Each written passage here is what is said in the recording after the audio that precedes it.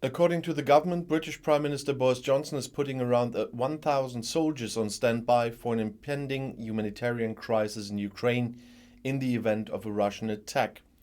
The Prime Minister's office said ahead of his trip to NATO headquarters in Brussels that British troops in Britain were being kept on standby to support a humanitarian response in the region should the need arise.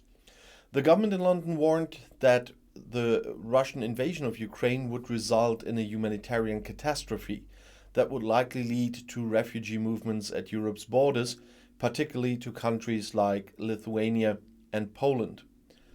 Following the visit to Brussels, Johnson wanted to travel on to Poland. A meeting with Prime Minister Mateusz Morawiecki and President Andrzej Duda was planned there. The British government had previously announced that it would send another 350 soldiers to the Polish border region with Belarus. There are already 100 British soldiers in Poland. In addition, Great Britain wanted to almost double its troop contingent in Estonia from 900 to 1,750 and to send a small detachment to Ukraine to train the armed forces there on British anti-tank missiles. The British military also wanted to send more planes to southern Europe and 2 ships to the eastern Mediterranean. According to Western reports, the government in Moscow has massed more than 100,000 soldiers on the border with Ukraine. This fuels fears of a Russian attack on the neighboring country. NATO is therefore increasing the troop contingents in the eastern member states. The United States and other allies are also supplying arms to Kiev. Even US states led by Democrats are largely lifting the mask requirement, putting the White House under pressure. The government announced on Wednesday that it would examine a nationwide relaxation of the pandemic rules. Consultations have begun with state and local officials, as well as health officials, said Jeff Zients, coordinator for corona crisis management at the White House. It is about steps we should take to keep the country moving forward, they say. For weeks, governors and representatives of school authorities in the United States have been insisting on clearer guidelines for easing or lifting pandemic requirements. So far, however, officials at the federal level have been hesitant. The result is a patchwork of local and state policies that can vary greatly by location. Thousands of demonstrators, apparently inspired by the visually powerful protests by angry truck drivers in Ottawa in Canada, went to Parliament in a convoy of trucks on Tuesday to express their displeasure with the strict corona rules in the Pacific state of New Zealand. Although many have since left, some have been on the site for 3 days, the report said. In New Zealand, there is a corona vaccination requirement for certain occupational groups, including health workers, firefighters, in the education sector, as well as in the correctional system and the military.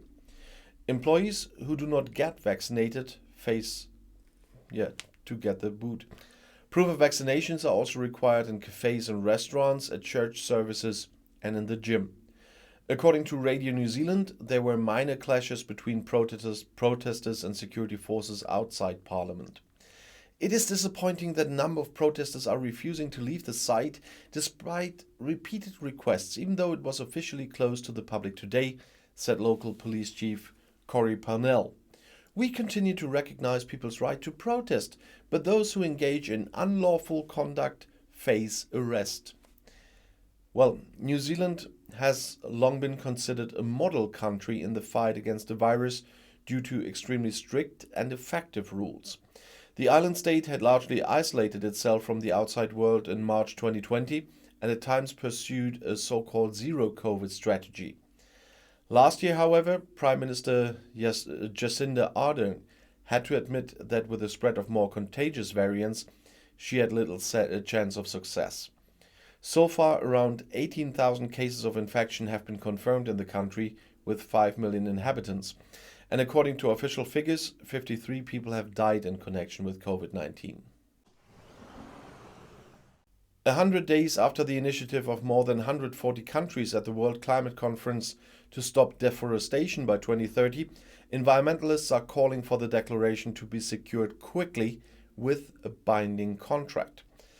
There was already a similar agreement in 2014, but the destruction of the forest continued, said Susanne Winter, forest expert for the environmental organization WWF, and she told that to the German press agency in Berlin. She said, "The Glasgow Declaration is now threatened with a similar fate. It must therefore be quickly secured with binding agreements." Winter complained that the text published in Scotland on November 2nd contained too few concrete steps, for example, on how the species-rich natural forests, which also store a particularly large amount of greenhouse gases that are harmful to climate, should be protected. Instead, the focus is on forest growth, which also includes fast-growing timber plantations. However, the WWF identified these timber plantations as the fourth strongest driver of forest destruction. In addition, they are often worthless for species protection, summed the expert up. Winter said the example of Brazil shows how urgent a binding pact to stop deforestation is. The government there has just massively cut the budget of the Environmental Agency for fighting forest fires. This is in direct contradiction to the Glasgow Declaration, which Brazil also signed, says Winter. Winter called for improvements to be made to the EU Commission's legislative proposal to soon ban imports of goods that were produced by destroying forests. The draft points in the right direction, but still has crucial weaknesses. Many ecosystems such as savanna forests, grasslands, wetlands and moorlands or mangroves are initially not to be included, which means that a large part of the destruction of nature is not stopped by the law or is shifted to other areas, she complained. In addition, many important products have not yet been recorded, including, for example, rubber, corn, numerous wood products, or steel. In addition to effective controls, it is particularly important that violations can be prosecuted in court quickly. There is still a problem with the draft, in her opinion. The project is threatened with a fate similar to that of the Timber Trade Regulation EUTR, said Winter. It has been supposed to stop the import of illegal timber products since 2013, but it has failed miserably because there are hardly any controls, and in the case of proven violations, only silly penalties are usually imposed, she said. And I'll see you in my next video. Bis gleich.